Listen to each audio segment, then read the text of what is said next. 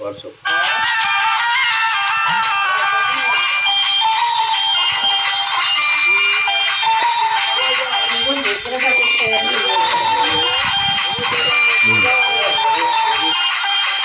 దిగు దిగు దిగు నాగ నగన్న దివ్య సుందర నాగో నగన్న దిగు దిగు దిగు నాగ నగన్న దివ్య సుందర నాగో నగన్న దిగు దిగు దిగు నాగ నగన్న దివ్య సుందర నాగో నగన్న దిగు దిగు దిగు నాగ నగన్న దివ్య సుందర నాగో నగన్న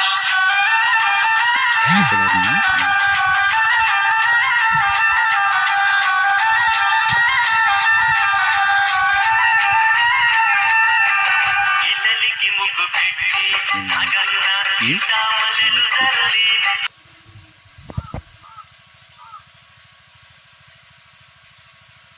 ఇంకేనా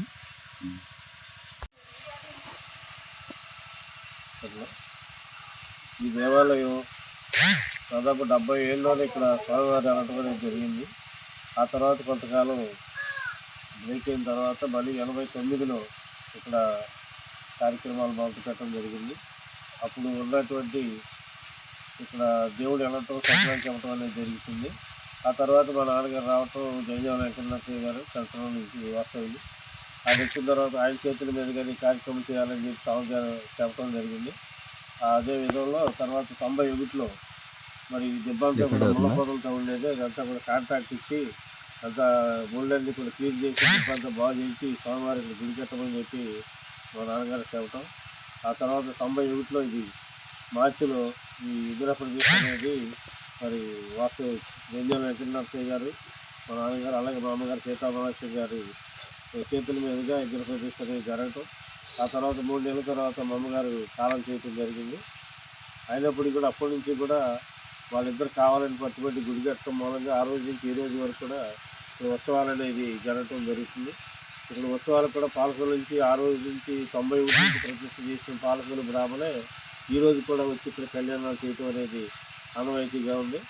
ఈ క్రమేణా ఈ 34 సంవత్సరాలు ఇప్పటికి ఈ సంవత్సరం 34వ సంవత్సరం కళ్యాణం జరుగుతుంది. 34 సంవత్సరాలుగా మళ్ళీ 2091లో ప్రతిష్ఠ అయిన తర్వాత 3 నెలలకే అమ్మగారు చనిపోవడం. తర్వాత 2014లో వరకు కూడా ఆయన నాయకత్వంలోనే ఈ కళ్యాణ కార్యక్రమాలన్నీ కూడా జరగడం జరిగింది. ఆ తర్వాత 2014లో ఆయన కూడా చనిపోవడం జరిగింది. ఆ తర్వాత మేము కూడా వారసులుగా కుమారులు అంతా కూడా ఇవాళ ఈ గ్రామంలో మరి పెండమండలో లంకలగల శివారు బోడగుంట గ్రామం ఇది లంకలగల పంచాయతీ. అక్కడ ఈ చుట్టుపక్కల గ్రామాలన్నీ కూడా ఉరిమి కానీ లంకలగలగుంట చేవండ్ర చెన్నూరు మరి ఇట్లాగే సాతులూరు ఇందులూరు కంచడం మరిపాడు నిచ్చర్ల పెనుమల్లి అంతా కూడా గ్రామాలన్నీ కూడా ఈ స్వామివారి మహిమల ద్వారా అందరూ కూడా ఆ రోజు కళ్యాణాలకు రావటం జరుగుతుంది. మంచి విశిష్టత కలిగినటువంటి దేవుడిగా ముఖ్యంగా సంతానానికి ఒక సంతాన సుబ్రహ్మణ్యేశ్వర స్వామిగా ఇది పేరుంది. మామూలుగా అయితే వల్లి దేవసేన సమేత సుబ్రహ్మణ్యేశ్వర స్వామి వారు సంతాన సుబ్రహ్మణ్యేశ్వర స్వామిగా ఇవాళ పేరు తెచ్చుకున్నారు. అదేవిధంగా రేపు 34వ కళ్యాణం మాఘమాసంలో మొదలవుతుంది. ప్రతి సంవత్సరం కూడా రథసప్తమి ముందు రోజు ఫస్ట్ తిథి రోజున ఇక్కడ కళ్యాణం అనేది జరుగుతుంది.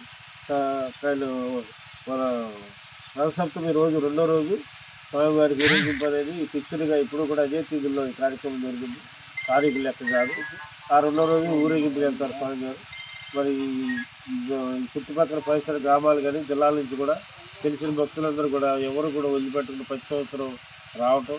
దీన్ని కూడా మేము ఫస్ట్ 3వ తారీఖు సోమవారం ఉదయం 9 గంటలకి పాలకొల నుంచి బ్రాహ్మణులు వస్తారు. అక్కడ ఆ రోజు ఫస్ట్ స్టార్ట్ మండపారాధన, తర్వాత ధ్వజారోహణం, మరి పాలకం కావిడి చెప్పటం అనేది ఎదుర్కోలు చల్లాలని చెప్పి కళ్యాణ మండపం, తర్వాత కళ్యాణం చేయటం స్వామివారికి మధ్యాహ్నం 12 గంటలకి. అనంతరం సాయంత్రం మళ్ళీ హోమం జరుగుతుంది.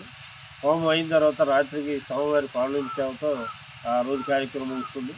మరుసటి రోజు ఇట్లా లగ్గలక లేకుండా కచ్చరం గ్రామాల్లో స్వామివారు భారీ ఎత్తున ఊరేగింపుతో ఈ కార్యక్రమం. కళ్యాణం రోజున దాదాపు 2000 మంది ఇక్కడికి అన్న సమారాధన పెట్టడం అనేది జరుగుతుంది. భక్తులు కూడా బాగా నమ్మకమైన దేవుడు. ఒకసారి వచ్చిన తర్వాత ఎవరు కూడా మర్చిపోకుండా ప్రతి సంవత్సరం ఎక్కడున్నా సరే వస్తాం. ఆనవాయితీగా మరి ఇక్కడికి వచ్చి ఉద్యోగాలు చేయటంలో కానీ చదువుకోవటంలో కానీ ఈ సంతాన ప్రాప్తిలో కానీ వీటన్నిటి కూడా స్వామివారు మంచి దృష్టాంతరం అని చెప్పి అందరూ చెప్పుకొని వస్తూ ఉంటారని చెప్పి తెలియజేస్తారు. కాబట్టి 3వ తారీఖు అందరూ కూడా పరిసర గ్రామ ప్రజలందరూ కూడా వచ్చి స్వామివారికి తీర్థ ప్రసాదాలు అన్న సమారాధనలో పాల్గొనాలని చెప్పి మేము ఆలయ నిర్వాహకులుగా తెలియజేస్తున్నాం. జంజామల శివాజీ లంకల కళాకుంట సుబ్రహ్మణ్య స్వామి దేవస్థానం.